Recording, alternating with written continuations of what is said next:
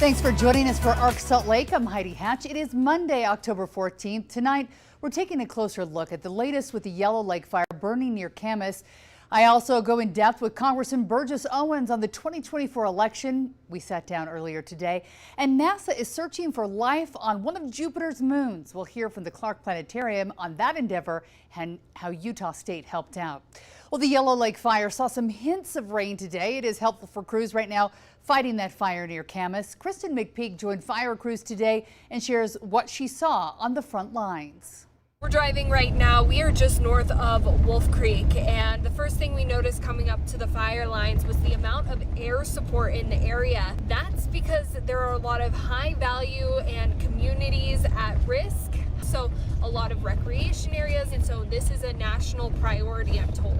We're just north of Wolf Creek right now. You can see fire crews here behind me working away. Now, with hotter than normal temperatures through Wednesday, they have an eye on those dry fuels. Watching the helicopters here in the area, they are getting water from Strawberry Reservoir, and there are 3 helicopters on this fire.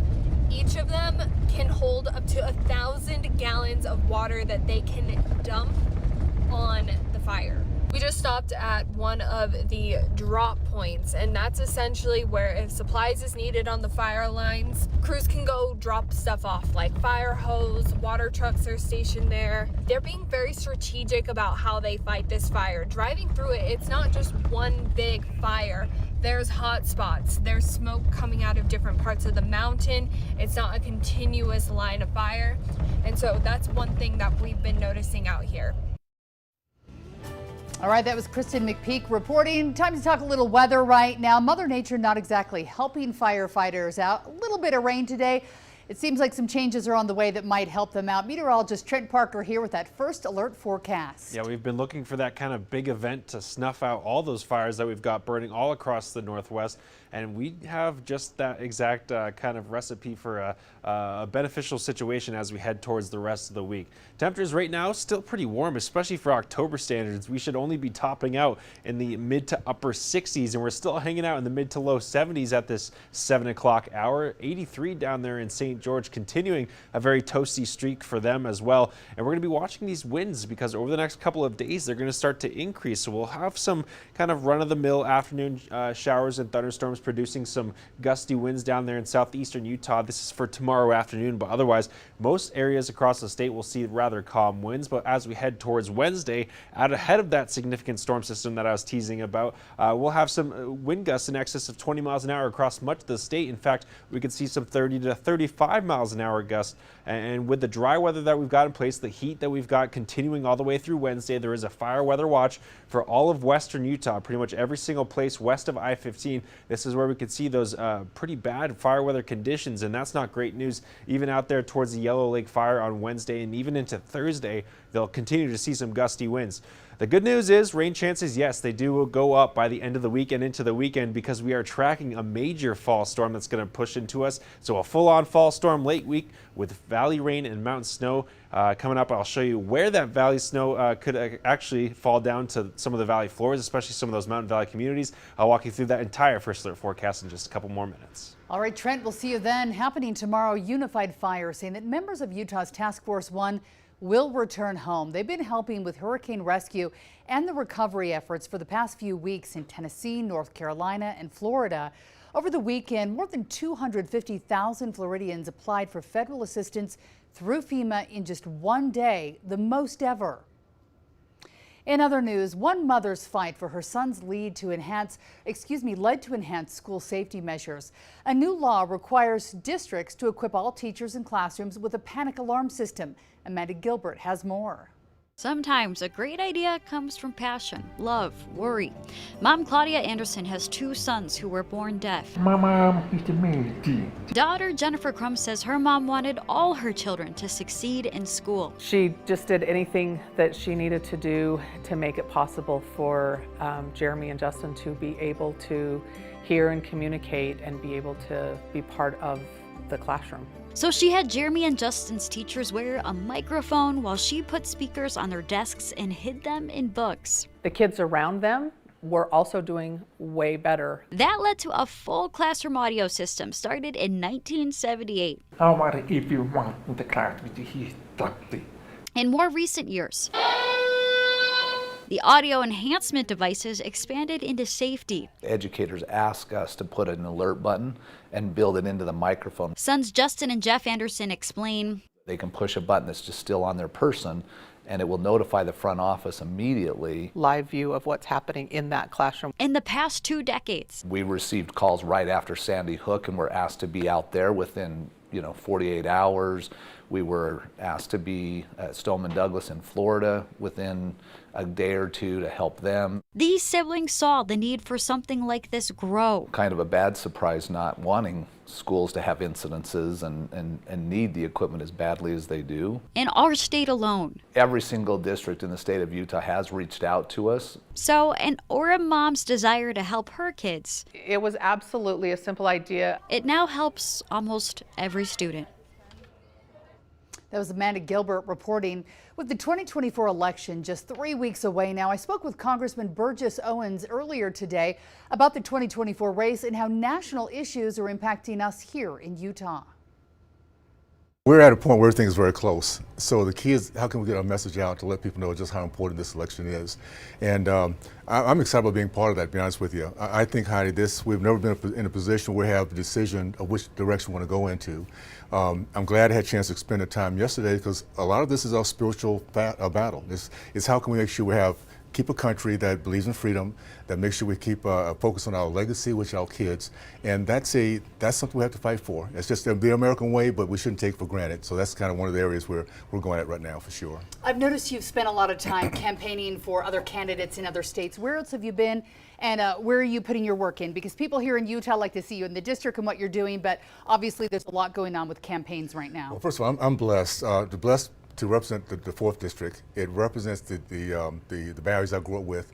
So it's nice to know that I can really just be myself, and folks here appreciate what I'm representing them for. The other thing is we have a remarkable team. So we're literally still all over the district. The upside is that because I didn't have a primary, I'm literally across the country. I've probably spent time with about 18, 19 of my colleagues that just came back from California just this morning, was in Reno, Nevada before that. So I'm able to go out and just help to build our majority. That's going to be very big for us. And I call it the trifecta. We need to have a majority that is not so much in chaos. We need to have the House and President Trump. That America First process will give us something we've never seen before. Not only America First in D.C., but we have the American people more engaged than ever before. We really do want to make sure we're understanding the process and being part of it. So I'm excited about the opportunity we have to go into the new year with some really good opportunities for sure. Let's talk a little bit about that process. I think there's a lot of talk about the economy right now, also our southern border. Have you been down to the southern border of late? I went, when I first came in, I went again last year. And it was interesting because when I went back in 2021, it was very obvious that if we did not do something, it was not going to be sustainable, that we're going to end up being impacted. What's happened since that point, it's not just the border now. You don't have to go down to the border to see the issues and the misery any place across the country. We're dealing with it right here in Utah. The fact that our school systems are now being overwhelmed. We have teachers and administrators. When you have kids coming in, we have to teach, but they don't speak the language. Then the question is, simple questions like, do we go with pass fail, which is not helpful for the kids that we're teaching here. So whether that or the other resources we're trying to deal with to make sure that we keep our budget, keep our things going on, everything has been impacted now with the border. We saw that again 2 or 3 years ago. We're now seeing across the country. So that's why it's a big issue. I'm thankful for that. Americans need to realize that we have to have a government that keeps us safe. And right now, that's not the case. What are you hearing from your district about that? Because we obviously see the issues that are going along on the border. Some of our communities like Harriman really have a large percentage of migrant families that are being assimilated into the community, into the schools. Are you hearing anything specifically where there are issues saying, hey, we need help in this regard, or are things going smoothly? Well, and you mentioned a word that's so important, it's assimilation.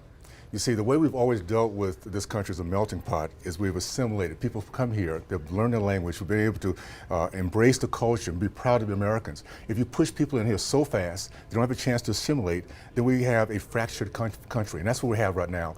Unfortunately, here in even Utah, we're going to see an uptick in crime because the law enforcement is being overwhelmed. You see an uptick in people possibly living on the streets at some point because we now have shelters that they have to move people out because they have other folks coming in.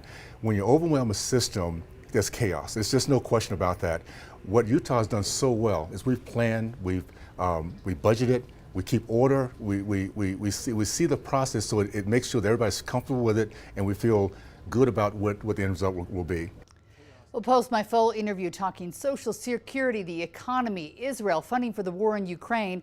That full interview with Representative Burgess Owens on our KUTV YouTube page. We'll also have more on this week's episode of Take Two. The podcast drops Friday evening. Find it on KUTV.com, iTunes, and Spotify. Starting tomorrow, county clerks will start mailing out those ballots for the general election. Many of you will have them in your mailbox. If you're an active registered voter, you will automatically receive the ballot in the mail. Election day is Tuesday, November 5th, 3 weeks away. Your ballot must be postmarked the day before Election Day. You can also drop your ballot off at a Dropbox location before 8 p.m. on Election Day. Coming up on Arc Salt Lake, NASA's mission to Europa, what they hope to find, and the impact of their trek. Coming up.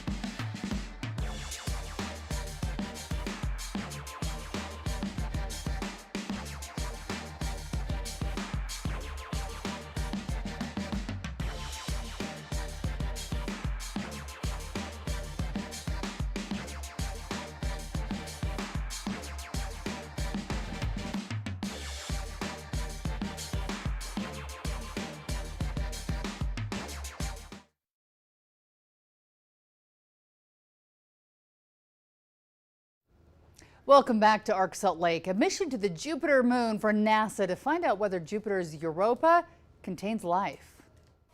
So it is really fantastic.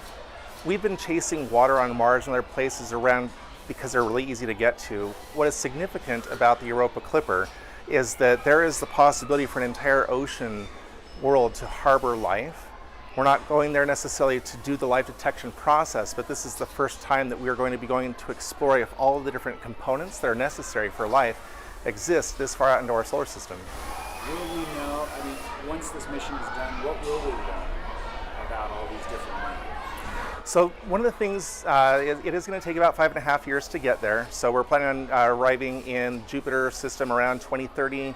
It's going to take some time for the spacecraft to get into its orbit. By early 2031 is when we expect science data to start coming back.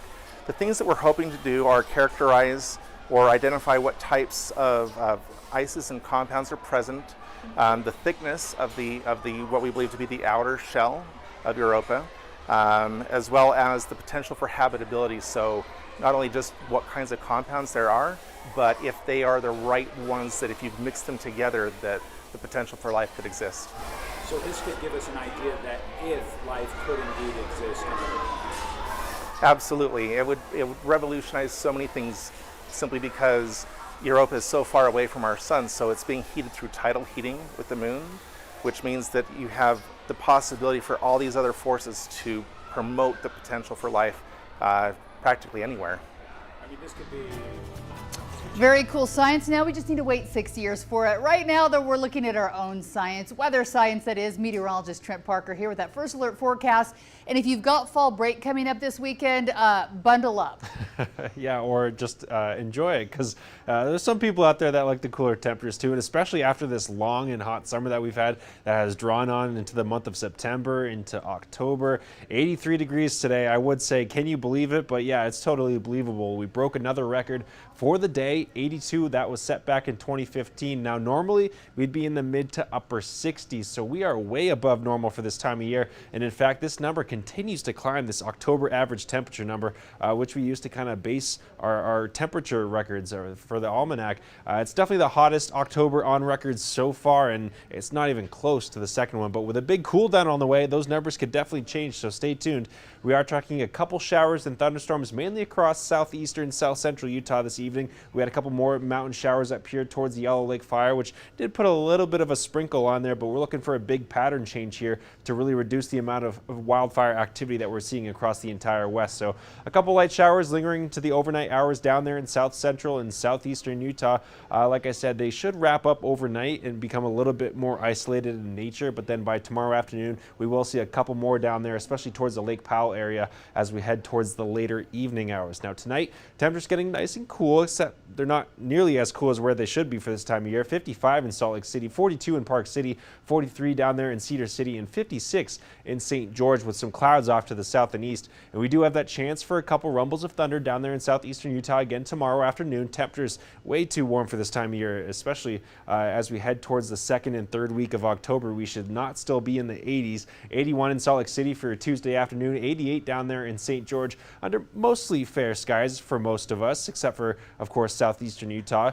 By Wednesday afternoon, a couple of those showers expand northward into northeastern Utah, mainly in the mountains, though. It's not until this first cold front arrives that we'll see some more widespread rain. In fact, Thursday morning, right around the morning commute, we're actually expecting couple of rounds of thunderstorms here across the Wasatch Front, many of those lingering into the afternoon and early evening hours before the main part of the storm system rolls in, which is going to bring us the much colder temperatures, mountain, snow, and valley rain starting late Thursday and into Friday. And this is where we could really start to see those snow levels drop in a big way, close to the valley floors in some instances, as this area of low pressure just kind of hangs out to our south through the weekend, bringing us some cooler air and continuing this unsettled pattern that we'll be in starting Thursday. Now, the lowest snow levels in the forecast by Thursday, 9,000 feet, but then they quickly drop to 5,000 feet. Right around the 5.5 to 5,000 foot mark is where we will likely be seeing a little bit of snow, especially on some of those elevated surfaces. Think a rooftop, think a park bench. That's kind of where we're expecting that snow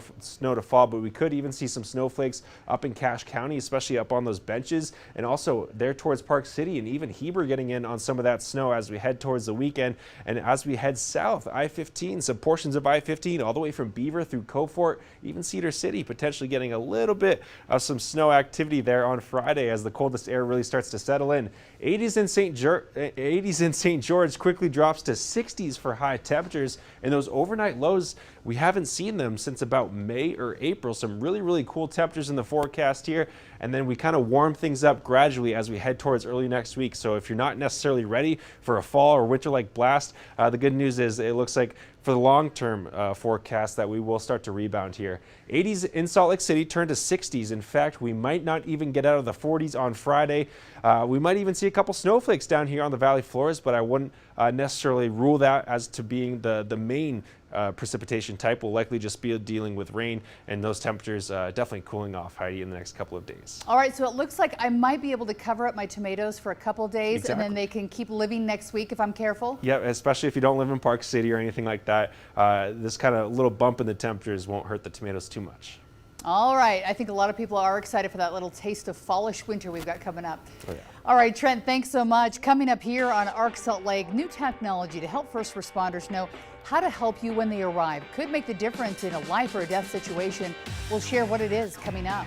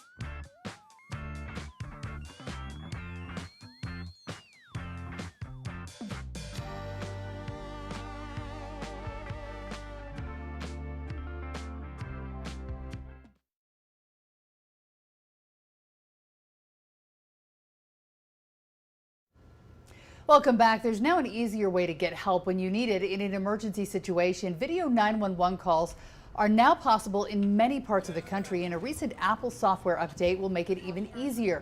Now callers can also show what they're seeing to dispatchers. Yeah, and just last month, the technology company known as Prepared, they partnered with Apple to bring the feature to life. Now 911 operators say that this new advancement is a total game changer. I can see what they're seeing. I'm looking for certain things in the call: location, buildings, subjects, descriptions. It's like me watching it. So it's like me reporting it firsthand. To activate this new feature, all you have to do is call 911, then push the video sharing option. For now, video 911 calls are only available if your local call center uses this Prepared software, but the company says more than 98 million people across the country already have the capability through their call centers, so it will soon be reality. Well, the Utah Hockey Club suffers its first loss of the season. The New Jersey Devils beat Utah earlier today 3-0. Yeah, now the team heads to Matinees in hockey. It did today, yeah. Okay, 11 o'clock Eastern time, 1 p.m. local time. So yeah, they got that out of the way quick. Hey, the Utah Jazz back home again tomorrow night as they continue their preseason. The team hosting the Sacramento Kings at the Delta Center. Tip-off 7 o'clock. You can watch the game on KJazz Channel 14 as we get the season rolling. Thanks for watching. We'll see you at 10.